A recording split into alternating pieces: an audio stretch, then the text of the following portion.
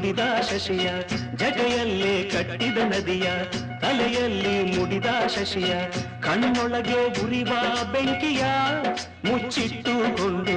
ನಗುವ ನಮ್ಮ ಶಿವನ ಕಂಡೆಯ ಅಮ್ಮಮ್ಮ ಅವನ